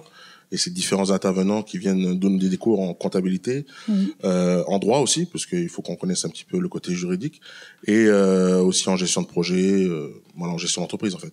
Donc oui, on a reçu des formations, et on essaye bien sûr de s'en sortir avec des petites formations autodidactes à côté. Voilà. Moi, j'aurais une petite question pour nous ici. Vous intervenez à l'université? Oh purée, je la sentais venir celle-là. Alors, on m'a demandé d'intervenir. Je vous cache pas que pour intervenir dans des établissements publics, il faut un agrément. Il faut l'agrément notamment de la DFPC dont je parlais tout à l'heure. Moi, je l'ai pas. Donc, je peux pas intervenir dans les établissements publics. Je peux intervenir à titre gratuit, personnel, ce que tu veux. Mais établir un contrat avec un établissement public, je peux pas le faire pour l'instant. Parce qu'il faut quelques années, il faut 3 ans. Et moi, j'ai qu'une année seulement de coaching, malheureusement. Mais si c'est une demande que tu es en train de faire, je peux intervenir. Il n'y a pas de problème. Ce sera à titre gratuit, ce sera avec plaisir. Il n'y a pas de problème. Vous êtes où, au lycée La Pause? Non, je suis ici. Ah, à l'UNC? Oui. D'accord. Bon, je vais pas venir ici alors. Non, il n'y a pas de problème. Si c'est une vraie demande, moi, je suis prêt à venir. J'ai déjà été approché par, comment elle s'appelle, Elodie Cheng. Voilà, donc, qui est de l'UNC, donc pas de problème. D'accord. Je viendrai. Merci pour l'info. Je ferai passer à mes collègues. Merci. Est-ce qu'il y a d'autres questions? Oui. Alors bonjour, moi je m'appelle Gabriel. Et du coup, pour l'anecdote, moi j'ai fondé ma boîte l'année dernière, en terminale technologique. J'ai créé une marque de vêtements qui s'appelle Idimios. Vu que j'ai de la chance et il y a eu un peu, une vague d'informations, étant donné que je suis un jeune entrepreneur, j'ai 17 ans, en fait, je me suis mis sur un secteur, j'ai voulu attirer les jeunes, à consommer directement sur ma marque. Et pour cette année, j'ai le projet d'ouvrir un blog ou un podcast un peu, où je vais parler de stratégie décisionnelle ou encore les stratégies du leadership. Et j'avais du coup pour projet de m'inscrire à Pépite, mais vu que j'ai beaucoup de doutes, énormément de peur, surtout à prendre la parole parce que j'ai peur de l'échec. Du coup, cette peur, j'avais réussi à un peu la canaliser l'année dernière, mais j'ai besoin, pas vraiment besoin, mais j'hésite à intégrer Pépite par rapport à mes horaires, aussi par peur de pas faire bien et correctement les choses, même si je sais que rien n'est parfait et que l'échec fait partie du processus. Est-ce que même en étant en BTS GPME en première année, que j'habite loin, c'est possible quand même de pouvoir suivre le cursus Pépite correctement et de pouvoir développer vraiment un projet qui tient la route et qui, comme vous le dites, répond aux besoins de la population de Nouvelle-Calédonie. Voilà. Si quelqu'un peut, enfin, un de vous quatre peut me répondre, s'il vous plaît. Tout le monde me regarde, donc ça va être forcément moi qui vais répondre. Super. Je pensais pas que ça allait se transformer en pugilat aujourd'hui. Non, c'est good. Non, écoute, oui, bah, c'est sûr que ton idée, elle est super. Ta crainte, elle est légitime, je dirais. Après, moi, j'ai une question à te poser. À qui tu dois ta réussite aujourd'hui? Exactement. Donc, pourquoi tu aurais peur des autres? C'est des barrières. C'est des barrières. Si tu veux, tu demanderas à tes parents de payer ton coaching. Je veux te coacher, mon garçon. C'est 56 000, le meilleur tarif. Non, je rigole. Non, mais c'est vrai. En fait, c'est typiquement ça. Tu vois, si tu intègres Pépite, en fait, c'est des personnes comme ça, des personnes ressources qui vont t'entourer, en fait. T'es pas tout seul dans le bateau. Et c'est pour ça que Naomi, à chaque fois, elle n'hésite pas à nous encourager à parler du projet, à partager avec les gens qui sont autour de nous. Parce que justement, quand t'es entouré de personnes qui ont envie de t'aider, mais qui sont là vraiment pour ça. Pas juste pour l'image, pas juste pour l'argent, pas juste pour... Non, qui sont vraiment là pour toi. N'aie pas peur, mec. Lance-toi. Et surtout pour revenir à ce que tu disais par rapport aux cours, tout ça, on a la visioconférence, gars. Donc, tu peux suivre de n'importe où tes cours. On avait un étudiant, Kayel Mendu, si je peux le citer, qui était de ma promo en 2022. Il était sur Zoom tous les soirs de cours. Il était tout le temps là. Et il a mené à bien son projet. Tu vois, donc, c'est possible. Et puis, si tu loupes un cours, moi, je sais que dans les promos, il y a toujours quelqu'un qui va t'appeler. Hey, t'as loupé ça, n'hésite pas à poser des questions. Merci pour le bruit. Non, je... Est-ce qu'il y en a qui veut le compléter? Pardon? Non, je vais garder le micro maintenant. Non, Donc oui, je vais rajouter juste ce que Clément il dit, c'est vraiment le fait que je pense que tu as des craintes, c'est légitime parce que c'est vraiment le propre d'être entrepreneur parce que tu n'as pas la sécurité du salariat, ce genre de choses-là. Il y a tes doutes, mais le fait justement ce qu'il dit, c'est que Pépite c'est vraiment une famille et faut savoir que Naomi elle est vraiment très investie aussi. Chaque promotion elle est vraiment là, elle répond à tes questions, il y a un groupe Messenger, si tu as le moindre petit truc elle te répond, tu vois, c'est du tac au tac. Même on a des intervenants au cours de l'année, si jamais tu as vraiment des questions précises, c'est des intervenants, c'est des gens des fois c'est des professeurs ou même des chefs d'entreprise ou ce genre de choses-là. Donc là vraiment si tu as des questions un petit peu pointilleuses, bah tu peux directement aller les voir et donc en fait c'est vraiment tu es dans un environnement qui peut t'épanouir ou même il y a des ateliers je pense à l'énéagramme. Je sais pas si tu connais ce genre de choses. Enfin, c'est une petite formation qu'on fait pour apprendre justement à mieux se connaître, à savoir un petit peu nos forces et ce genre de choses-là. Donc il y a des ateliers qui sont assez intéressants dans le cadre de Pépite, qui sont là justement pour te donner confiance, aller de l'avant et mener à bien ton projet. Merci. Est-ce qu'il y en a qui veulent rajouter quelque chose? C'est bon pour vous? Et bien, pour compléter, là, l'échantillon que tu vois, bon, Clément a toujours été à l'aise à l'oral. Mais il faut savoir que quand les premières fois, je leur demandais de prendre la parole devant 60 personnes, là, c'était terrifié, ils n'y allaient pas. Là, aujourd'hui, ils sont devant vous, ils prennent la parole, ils osent parler de leur projet. Donc, Pépite, c'est aussi un accompagnement sur la prise de parole, l'éloquence. En plus, on a Clément, qui fait partie des anciens, qui n'hésitera pas, je pense, à donner des bons conseils. Donc c'est aussi prendre confiance en soi. On travaille énormément sur la confiance en soi, comme disait Laurent. Il y a des ateliers sur la posture entrepreneuriale, comment on rentre dans le costume du chef d'entreprise, comment on prend conscience de ses compétences, de ses atouts, comment on va chercher les compétences qu'on n'a pas forcément. Donc c'est aussi voilà tout un pack on va dire complet pour vraiment avoir tous les aspects et finalement développer des compétences transversales. Donc finalement que vous entrepreniez ou pas, faire Pépite, c'est aussi travailler sur vous et développer vos compétences qui seront des plus dans tous les cas dans votre insertion professionnelle sur votre CV. Voilà. Ça répond à la question, ça va? Ouais. Oui, question là-bas. Alors j'arrive avec le micro, je monte. Hop.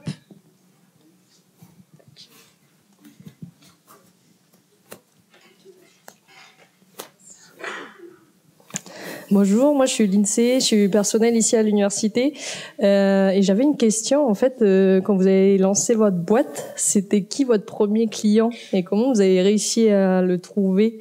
Parce qu'après, c'est vrai que les amis, ben, c'est difficile de faire payer sa prestation alors qu'on est amis. Enfin voilà, c'était ça ma question. Merci. Qui veut se lancer? Je vais répondre du coup à ta question.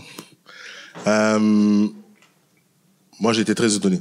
Pour la petite histoire, je lance mon entreprise donc le 13 janvier 2023. Le 13 au soir, bien sûr, je vais fêter ça. Alors qu'il n'y a rien à fêter, bien sûr. Je suis au bout du monde, avec ma petite bière, tranquille. Et je reçois un appel, 17h36, et c'est un élu local. Donc un homme politique. Je vous dirai pas son nom. Mais, surpris quoi. 17h30, je viens de lancer ma boîte. Allô, c'est machin. What? Oui, bon, oui, bonjour, oui, c'est Clément. Non, c'est ouf. Pour mon premier client, c'est lui qui est venu à moi, en fait. Alors après, bien sûr, j'ai dû démarcher certaines entreprises. Mais j'ai tout fait, en fait, pour que de ma communication, ce soit, j'envoie quoi, au niveau com, j'ai envoyé plein de choses, j'ai publié, j'ai mis de la publicité. Et c'est ce client-là qui est venu à moi. Donc, j'ai pas eu grand chose à faire, si ce n'est accepter l'appel, quoi. Et du coup, une fois que j'avais accepté cet appel-là, je suis rentré un peu, voilà, il m'a présenté d'autres personnes et du coup, voilà, je suis rentré dans une petite sphère, mais c'est vraiment intéressant. C'est-à-dire qu'il faut tout le temps être disponible. Quand vous dites aux gens que vous êtes disponible, même à 19h, vous répondez au téléphone. Moi, mon téléphone, je réponds à des appels, des fois, il est 23h. Je suis bien en train de... On répond au téléphone. On répond au téléphone. Vous n'êtes pas salarié, là. C'est pas 8h, 17h. Là, c'est all night long, mon gars. Ah oui, il faut être prêt à répondre, faut être prêt à répondre au téléphone parce que des fois, c'est des personnes improbables qui vous appellent. Des personnes improbables. Sur LinkedIn, juste pour vous dire, si vous connaissez LinkedIn, c'est un réseau social professionnel. Moi, il y a des gens qui ont 24 000, 100 000 abonnés qui me suivent. Je les connais même pas. Mais ils m'envoient des messages. Purée mec, on te suit depuis la France. C'est top ce que tu fais. Mais parce que je suis dispo, je réponds et tout. Mais c'est des gens avec qui je collabore aujourd'hui. Donc, si j'ai un conseil à vous donner, il faut être disponible, les gars. Téléphone toujours allumé, toujours chargé. Ayez une batterie portable dans votre sac, toujours. Mais oui, j'ai pas eu à faire grand chose pour mon premier client. Il y a certains, j'ai galéré. Je vous cache pas que j'ai galéré pour certains, puisque au début, on me traitait un peu de communautariste. Ouais, je travaille qu'avec les gens du pays. Oh si, mais c'est qui a besoin d'aide pour parler à l'oral? Ben oui, c'est les gens de chez nous. Au début, on m'a traité de communautariste ouvertement. Hein. En plein after-work, entre entrepreneurs. Ah, monsieur Frété, coach en retard, c'est ça? Vous êtes un peu un charlatan, non? Comme ça, live. Vous faites quoi? Moi, je te cache pas que j'ai eu envie de... Mais je me suis maîtrisé. Vous avez vu un peu ça? Non, mais pour vous dire qu'il faut être prêt à recevoir aussi la critique, mais non, il faut aussi faire face à ça. Sur les réseaux, je me prends des commentaires haineux, mais de folie, mec. Je suis toujours là. Faut faire abstraction de certaines choses quand on est dans le business. Et surtout rester focus. C'est quoi votre objectif? Quelles sont vos ambitions? C'est quoi vos rêves? Vous voulez rester à votre vie tout le temps étudiant? La même personne toute votre vie? Ou vous voulez évoluer? Atteindre votre vous 2.0? La meilleure version de vous-même, quoi. Parce qu'être étudiant, ça se finit vite. L'année prochaine, c'est terminé. Vous allez faire quoi après? C'est ça la question qu'il faut se poser. Qu'est-ce que vous voulez faire de votre vie? Et comment vous voulez y arriver? Bon, allez, j'arrête de parler, ça fait un peu gros, là, tu vois. Coach en motivation. C'est, non, pour ton premier client.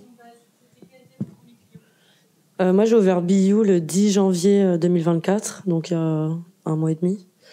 Et du coup, j'ai un site internet. Et quand j'ai publié que c'était ouvert, j'ai eu des commandes. Et c'est des gens que je connaissais pas ou des gens que je connaissais qui ont publié, qui ont acheté. De mon côté, dès qu'on a eu la structure, entre guillemets, j'expliquerai pas trop, mais bref, dès qu'on a eu la structure, je suis parti voir mes connaissances et j'ai aussi eu mon premier contrat comme ça.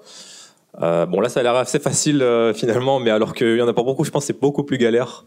Mais il faut pas qu'on sous-estime, je pense, les personnes qu'on connaît, surtout en Nouvelle-Calédonie, là où tout le monde se connaît.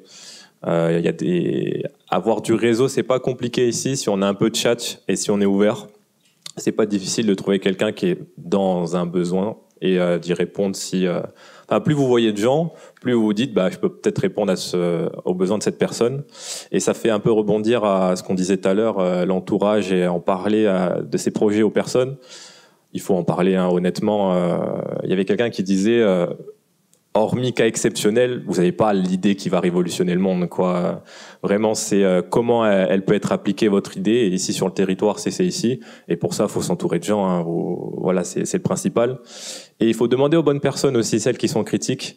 Il y a un effet connu, je sais plus comment il s'appelle, mais un peu l'effet maman, qui dit que ouais, maman, j'ai l'idée de tel projet, voilà. Et qui dit mais c'est trop bien.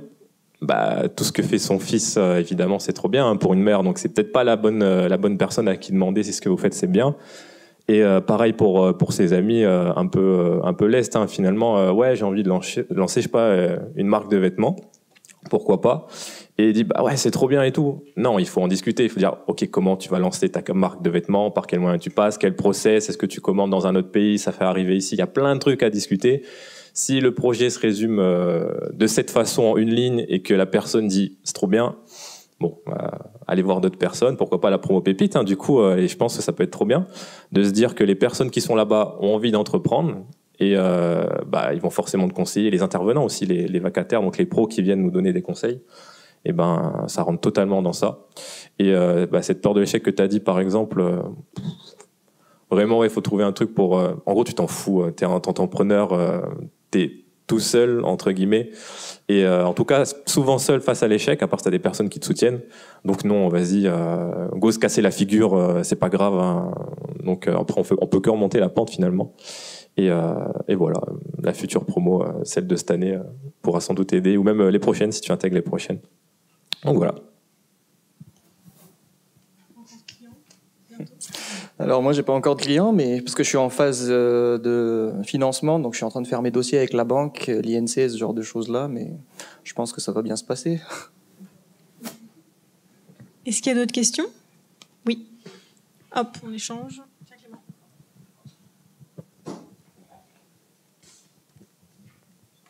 Merci. Donc question pour Clément encore. Non, j'ai bien fait de venir. Moi, c'est plutôt en termes de capital d'investissement. Moi, je vais pas vous demander combien vous avez dû investir pour démarrer votre activité, mais plutôt comment ou quelles ont été les aides, si vous en avez eu, pour démarrer votre activité. Par exemple, pour Clément, est-ce que tu as dû investir pour avoir un local sur les decks, etc. pour chacun? Moi, j'ai pas reçu d'aide. Franchement, j'ai pas reçu d'aide. C'est que sur fonds propres. Donc, j'avais des économies. Et c'est vrai qu'au début, j'ai commencé à bosser chez moi. Après, je me suis aperçu que c'était pas un environnement viable. Il fallait vraiment un environnement pro. Et c'est comme ça que je suis rentré chez Otech, à l'espace de travail partagé. Là. Mais c'est vrai que moi, typiquement, j'ai pas reçu d'aide. J'ai fait partie de la promotion Pépite, mais j'ai pas gagné le prix Pépite. J'ai pas eu de subvention derrière. J'ai pas fait appel à la banque non plus. Mais c'est typiquement moi, c'est-à-dire que j'ai besoin de m'en sortir par moi-même en fait. Et comme j'avais l'argent, mes économies, je précise, je me suis lancé sur mes fonds propres. Voilà. Comment tu as financé ton projet, tes premières commandes, etc. J'ai remporté le prix Pépite en 2022, donc ça m'a permis de financer mes premières commandes. Mais j'ai aussi de l'argent à côté que je mets de côté pour qu'il y ait qu'il y ait toujours de l'argent qui tourne. Et voilà, grâce au prix Pépite, j'ai pu acheter ma première commande, c'était il y a 3 mois. Et après, mon site internet, je le payais avec mon salaire de comptable. En fait, toutes les petites charges, je payais avec mon salaire, et le prix Pépite, j'utilise que pour les gros investissements. Pour rappel, du coup, Manon avait eu 1 500 000 francs pour monter son projet, donc en 2022, où elle avait remporté du coup le prix Pépite. Donc ça, c'est quelque chose qui est dédié aussi aux étudiants entrepreneurs. C'est une chance de le faire en Calédonie parce qu'on est sur des petits effectifs. On accepte à peu près 25 projets par année. Pour vous donner un ordre d'idée, ça existe aussi en métropole, Pépite.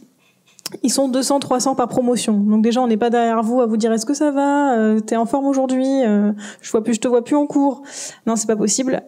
Ici en Calédonie, comme je disais, voilà, j'essaie d'être derrière vous.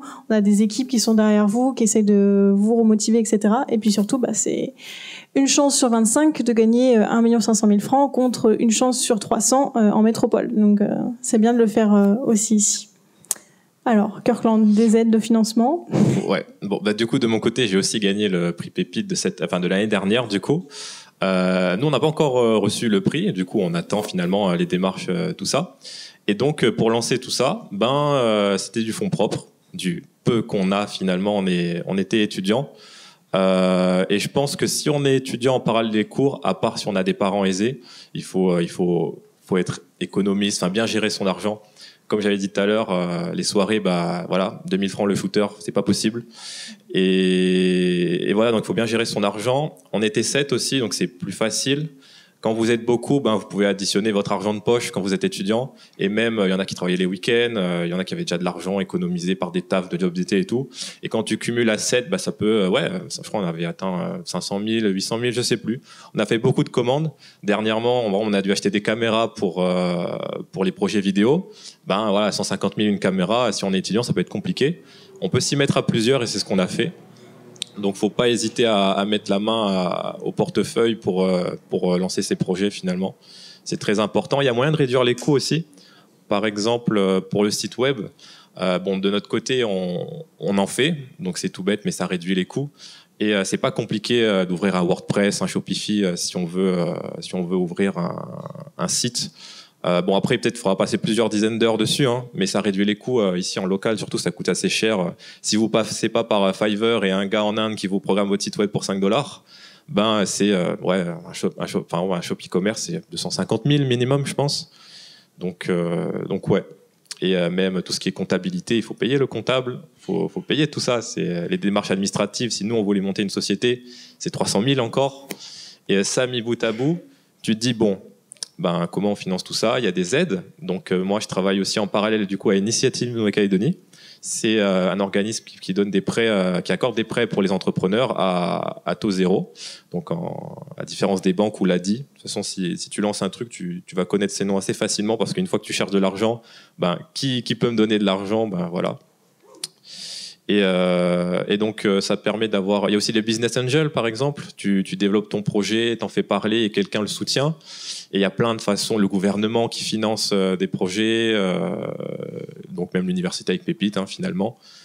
Donc voilà, il y a plein de façons de financer son projet. Merci. Laurent, toi qui as un projet avec un investissement quand même de base coûteux, vers qui tu t'es tourné pour les financements? Alors oui, moi c'est vraiment un projet, parce que ça dépend justement du projet sur lequel, si tu fais une agence, tu auras un budget beaucoup moindre.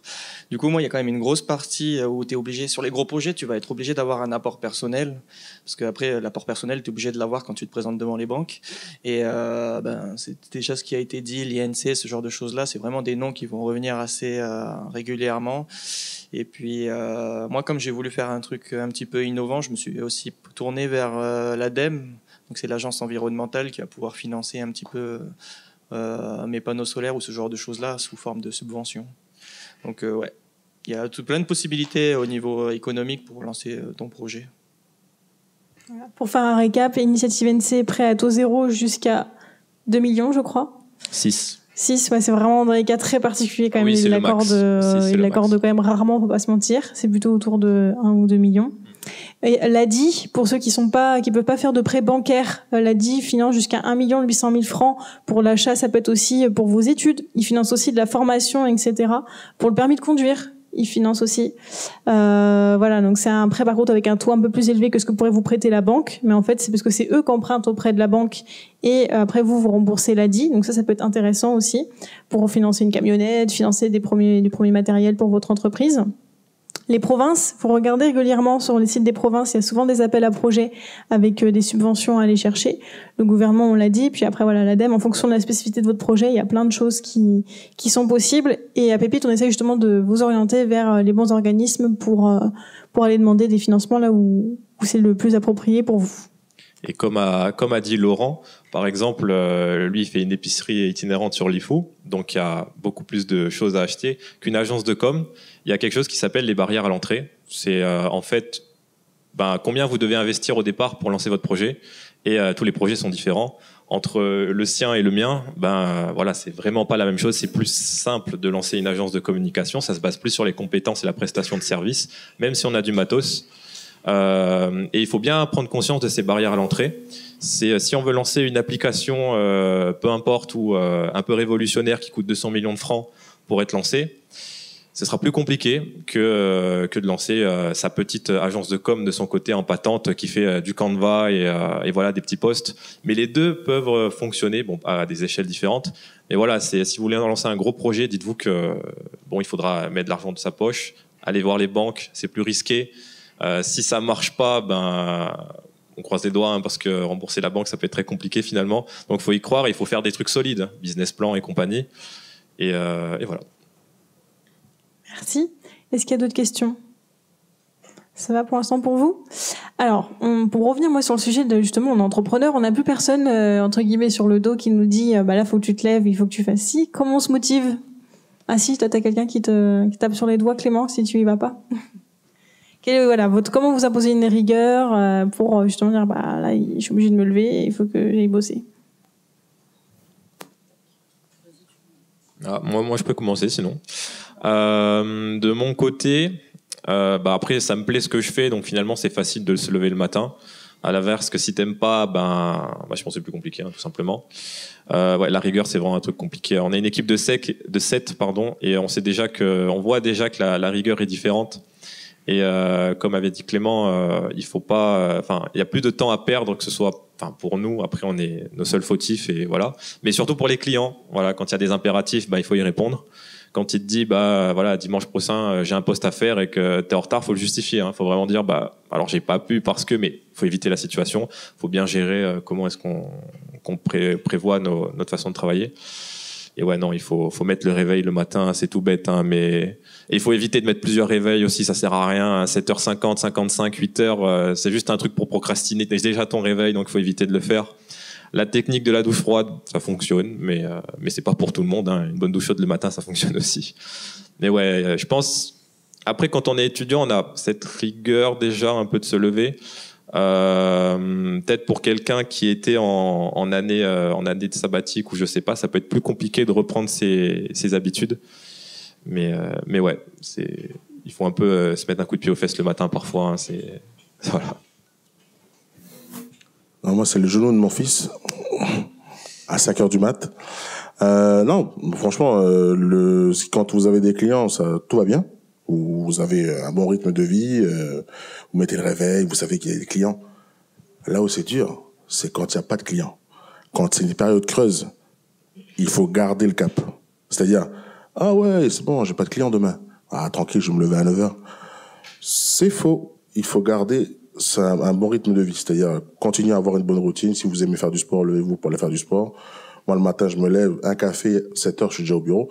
Même si j'ai personne dans la journée, parce que je prépare. Il faut toujours être prêt, en fait. Et c'est vrai que c'est avoir un bon rythme de vie. On parle non plus à exagérer en disant qu'il faut avoir des heures de travail faramineuses. Mais un bon quota dans la journée, 8 heures, c'est très bien. Certains font plus, certains font moins. Mais se lever le matin, ça fait partie de votre hygiène de vie. Voilà. J'ai jamais expérimenté encore d'être que entrepreneur, parce que j'étais salarié. Donc là, je vais, dans les jours suivants, vraiment voir ce que c'est. Mais dans tous les cas, oui, il faut se lever et programmer ses journées, ça c'est important. Faire des to-do list, des choses à faire, répondre aux mails et créer du contenu. Moi, c'est ce que je fais moi. C'est les mails le matin. Après, quand il y a les commandes, les traiter, les livrer, créer le contenu. Il y a les événements aussi à prévoir. Et voilà. Je sais pas. Ça change tout le temps, en fait. Trop organisé. Être organisé, il n'y a pas le choix. Il faut y aller, il faut se lever. L'argent, ça tombe pas du ciel. Donc voilà, organisation. Tout prévoir, tout préparer. C'est tout ce qu'il faut faire.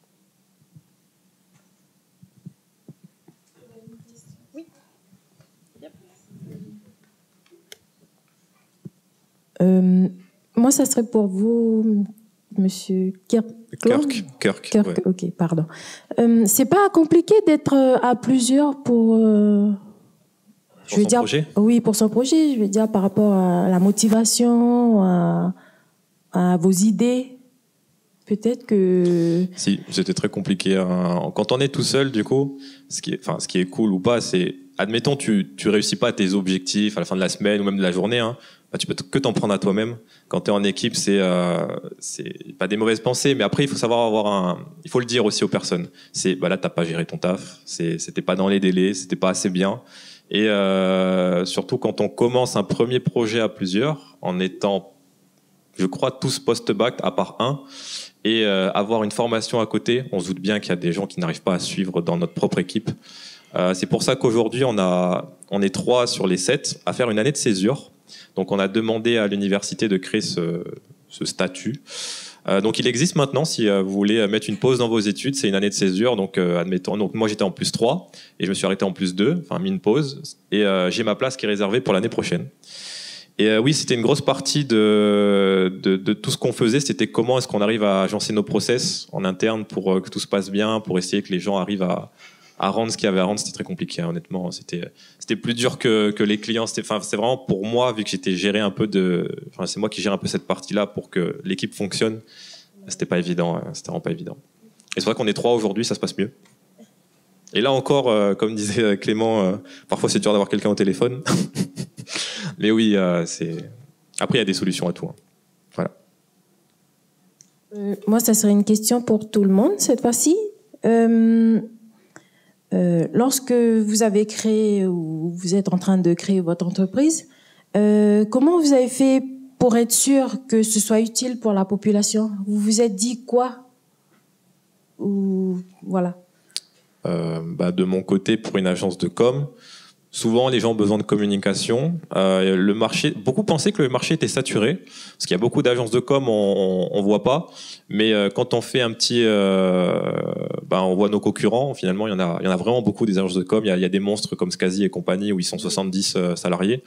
Et il y a beaucoup de patentés où on les voit pas, mais ils ont des gros contrats avec peu importe qui. Donc c'est vraiment identifier un besoin autour de nous. C'est tout bête, hein, mais je m'en souviens qu'au lycée, je m'étais dit, mais ça serait trop bien d'avoir un Uber Eats ici en Nouvelle-Calédonie. Si ça se fait pas dans le futur, donc quand j'étais au lycée, je le ferais sans doute. Nidit est apparu, voilà, et c'était clair qu'il y avait un marché à prendre, hein, et je me suis dit pourquoi est-ce que ça n'existait pas avant. Il y avait, je crois, Quick ou McDo qui avaient essayé de faire des livraisons il y a longtemps, ça n'a pas marché, peut-être parce que le marché n'était pas assez mature. Mais oui, ça serait bien de pouvoir se faire livrer sa bouffe à la maison. Bah oui, effectivement. Donc pourquoi pas lancer un projet là-dessus. Bon, je pense que les barrières à l'entrée sont un peu plus hautes, mais surtout qu'on peut calquer des idées de France ou d'autres pays, hein, d'Amérique. C'est Uber Eats, ça fonctionne, il n'y a pas ici. Pourquoi ça fonctionnerait pas ici? Il y a plein de trucs comme ça, hein. Si on veut des idées, il faut juste ouvrir son feed, je suis sûr. Et t'en as, et on a la chance d'être un pays qui n'a pas forcément tout maintenant, pour les entrepreneurs en tout cas. Donc voilà, c'est comme ça qu'en tout cas, je vois les trucs.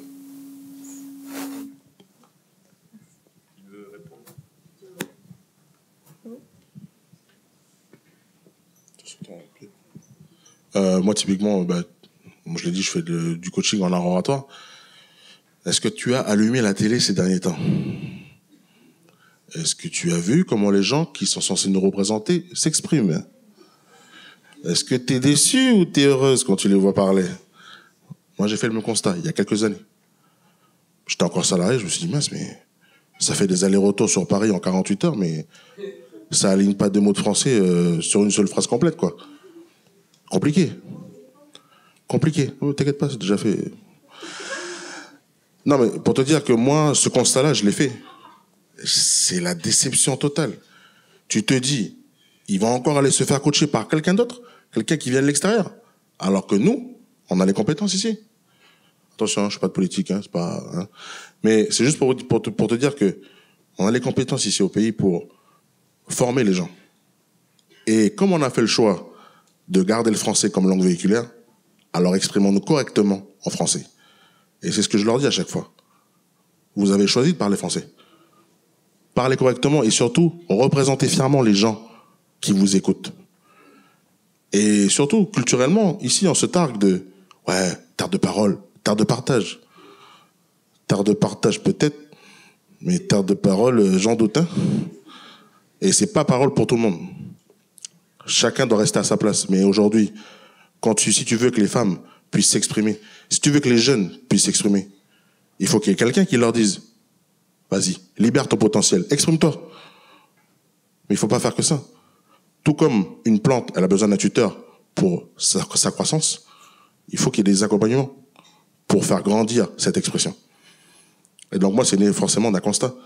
Et comme je te l'ai dit tout à l'heure, moi, j'ai travaillé cette compétence, on va dire, au fil des années, et je me suis dit, il est temps de se lancer. Et d'aider concrètement les gens. Voilà. Merci Clément. Manon, comment t'es venue l'idée de ton concept produit?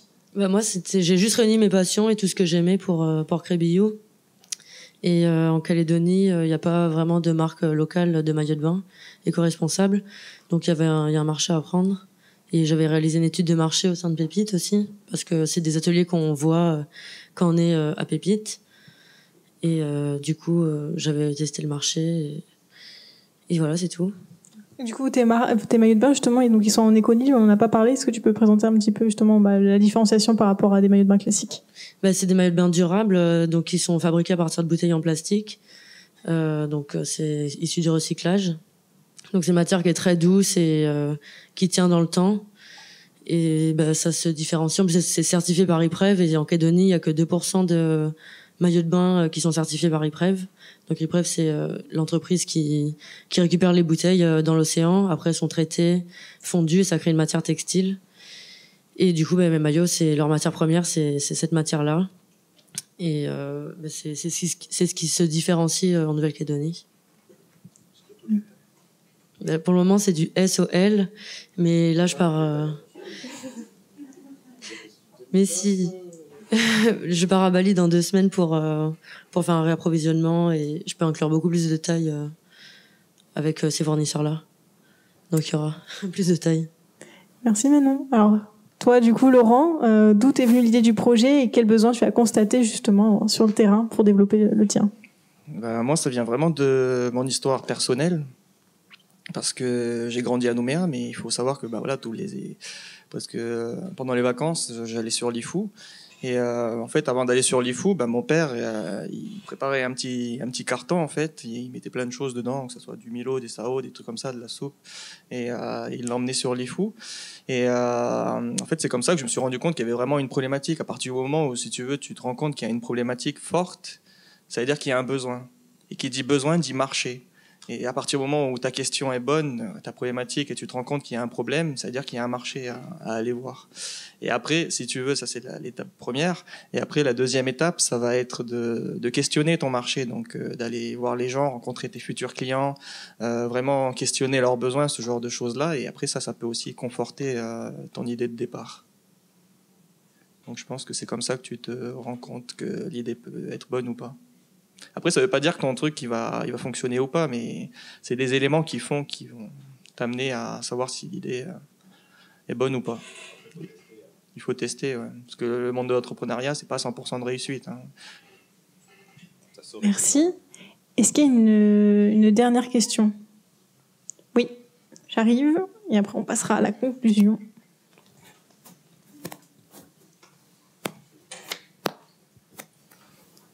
Du coup, je voulais savoir comment on... je me rappelle plus la question. Ça va revenir. Comment on fait pour... qui décide... ton idée, c'est bon, ou... vous voyez ce que je veux dire? Une fois qu'on s'est posé toutes les bonnes questions, comment on fait pour se lancer? On en parle à qui pour dire « Ah oui, c'est bon, ou c'est pas bon ?» administrativement ou autre, je sais pas. Je pense pas que l'idée c'est administrativement que ça se décide. Ouais, non, mais comment on fait pour... il faut tester, hein, comme j'avais dit, c'est tout bête, hein, mais c'est le client et le marché qui approuvent, hein, s'il y en a, s'il y a des personnes qui répondent à ce que tu vends, que ce soit en produit ou en service, et fatalement ça va marcher. T'auras eu raison, mais à partir du moment où tu penses avoir la meilleure idée du monde, mais que tu l'appliques pas, tu pourras jamais savoir. Hein. Même si sur le papier c'est fou, le business plan est fou, faut tester. Voilà, c'est vraiment le marché qui te dit. Ouais, c'est pas mal ce que tu fais, ou après tu réaxes, tu dis peut-être que le marché est un peu plus par là, peut-être plus niché, ou au contraire plus global que je pensais. Toujours réaxer son projet. Un entrepreneur, c'est quelqu'un d'agile. Donc quand il voit que ça va pas, c'est pas une fatalité. Hein. C'est peut-être son projet marcherait très bien, mais avec une petite nuance. Et voilà. Oui.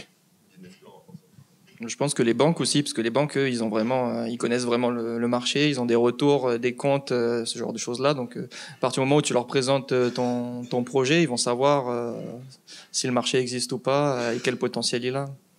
Donc, vu qu'ils ont des données, ils vont un petit peu te réconforter. Oui, c'est vrai que si la banque dit que ton business plan est éclaté, bon, peut-être que tu peux te poser des questions, mais ils n'ont pas forcément toujours raison. Et ils n'ont pas aussi tout. Parce que, en fait, il n'y a pas beaucoup de données déjà en Nouvelle-Calédonie. Même nous, quand on en cherchait tout le monde à la promo Pépite cherchait des données, hein, soit à l'INSEE, je crois, ou tous ces organismes. Il n'y en a pas spécialement. Les banquiers, ils ont des expériences différentes aussi. Hein, ils ont des projets peut-être qu'ils voient passer. Il y a des conseillers aussi à Initiative Nouvelle-Calédonie, à l'ADI, je sais pas, qui te disent, écoute, là, j'ai l'impression que ton prévisionnel, il est pas fou parce que soit tu es au-dessous, soit tu es au-dessus de ce que tu devrais faire parce que plein de raisons. Donc oui, il y a des personnes qui ont un regard un peu extérieur sur le projet qui peuvent t'aider. Donc les banquiers, moi je sais pas si je me référencie à eux. Honnêtement, je sais pas, j'ai jamais eu affaire à eux. Mais en tout cas, il y a des conseillers, il y a des intervenants pépites, et ton entourage dans une certaine mesure quand même, ou soit ton entourage pro aussi. Je suis sûr, peut-être qu'il y a beaucoup d'entre vous qui ont des entrepreneurs de leur côté, qui ont des personnes qui les ont motivés, qui sont accessibles, donc de venir leur poser des questions, voilà, ils auront sans doute une réponse pertinente et critique à avoir. Notre réponse, c'est bon pour vous ? Alors, pour conclure, si vous deviez donner une dernière parole, un dernier conseil aux jeunes qui sont là aujourd'hui, peut-être hésitent à se lancer dans l'entrepreneuriat, qu'est-ce que vous leur diriez ? Tiens.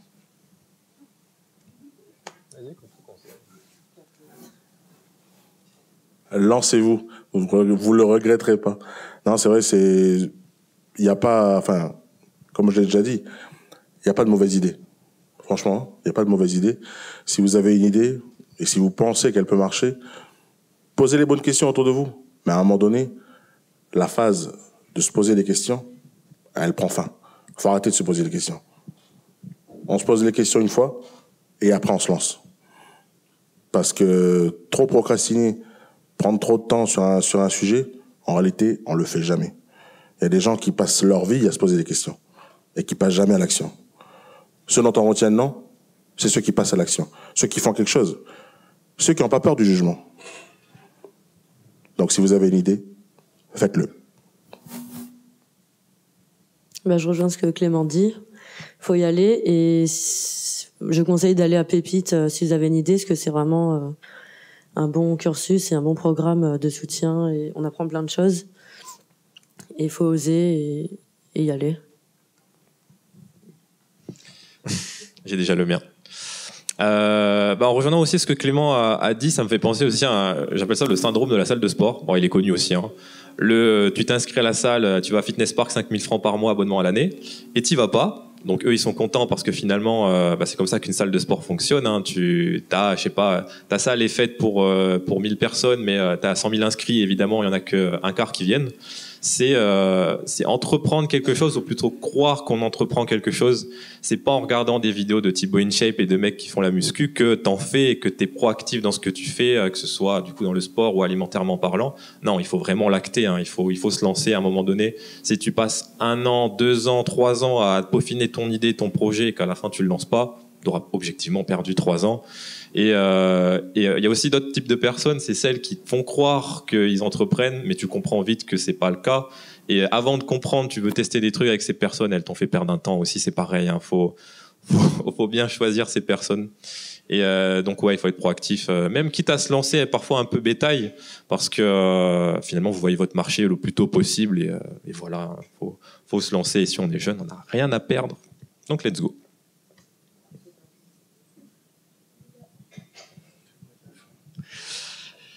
Là on est vraiment sur une génération en fait, je trouve qui est parce que moi je suis la génération un peu au-dessus, où on a d'énormes possibilités pour se former. Il y a beaucoup de formations en ligne, ce genre de choses là, donc et il y a de plus en plus de gens qui ont des carrières. Faut savoir que voilà, nos grands-parents ils commençaient à Renault, ils mouraient à Renault.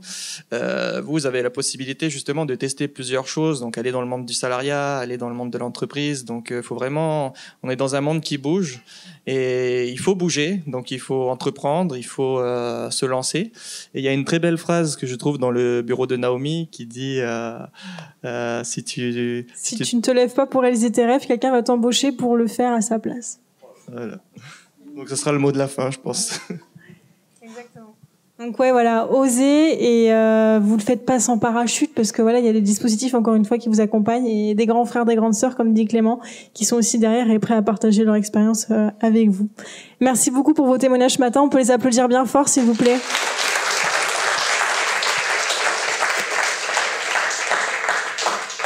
Alors, si vous avez pas osé poser des questions pendant l'échange, on va juste après, je vous présente juste un petit rappel pour la soirée de ce soir. On poursuit avec un petit déjeuner juste devant l'amphi, donc c'est l'occasion aussi pour ceux qui peuvent rester de leur poser des questions en direct si vous n'avez pas osé pendant les échanges. Avant de vous laisser pour aller prendre le petit déjeuner, petit rappel, ce soir on a une soirée spéciale où tous ceux qui sont présents aujourd'hui seront également là et auront des stands de présentation de leurs projets. Certains vendront leurs produits. Donc venez, même si peu importe ce que vous vouliez entreprendre ou pas, l'idée c'est aussi de soutenir ceux qui se sont lancés, des jeunes qui comme vous font bouger les choses en Nouvelle-Calédonie. Donc il y aura le programme complet est disponible sur notre page. Il y aura donc, comme je le disais, une douzaine de stands, des animations, des lots à gagner. Merci pour la générosité de nos porteurs de projets qui vous font gagner justement soit des bons pour se former en arroatoire, pour gagner un maillot de bain, pour pouvoir faire de la com. Donc allez-y, il y aura des chouettes choses. Et il y a un défilé de mode à 19h30 avec la marque Biou justement et Saint-Germain, Fanny Nosmas, qui est aussi une pépite qu'on accompagnait en 2021. Et je pense qu'ils seront là aussi pour répondre et vous donner envie encore une fois. Il y aura de la musique, de quoi se restaurer, c'est gratuit, ouvert à tous, 18h, 1881, juste à côté. Donc j'espère que vous serez nombreux. Et oui. Alors oui, la date pour s'inscrire à Pépite, donc c'est pareil, moi je reste là pour le petit déjeuner, donc venez me voir si vous êtes intéressés, je vous donne mes coordonnées, etc. C'est jusqu'au 18 mars pour déposer un dossier Pépite. Il n'y a rien de compliqué, c'est pas plus compliqué qu'une inscription à l'université et je vous aide à le faire. On prend rendez-vous, je discute avec vous de votre projet et je vous explique aussi comment ça se passe l'année Pépite. Je tiens à préciser que voilà, il y a quelque chose que je peux pas faire à votre place, vous remotiver, vous donner de l'énergie, des bons conseils, il n'y a pas de souci, mais l'engagement, ça, moi, je peux pas le faire à votre place. Donc à partir du moment où vous passez le cap de venir à Pépite, c'est aussi une responsabilité que vous prenez envers vous de dire je m'accroche même quand ça va être dur, parce que ça a été dur, on va pas se mentir, il y a des moments dans le bureau où c'était je sais pas si je continue ou j'arrête, mais voilà, on repart, on s'accroche, on échange avec les camarades et on repart. Mais voilà, c'est une promesse que vous faites à vous-même de dire je vais au bout. Et quelle que soit l'issue de mon projet, finalement, j'en retirerai des choses qui me serviront toute ma vie. Donc, si vous voulez le faire, voilà, venez, mais venez avec la conscience que c'est un engagement que vous prenez envers vous, de suivre jusqu'au bout le parcours. Et le reste, après, nous, on fait notre maximum pour que ce soit facile et que vous puissiez le suivre et que ce soit pas compliqué, un frein pour vos études. Nous, notre objectif, c'est aussi que vous réussissiez vos études, bien entendu.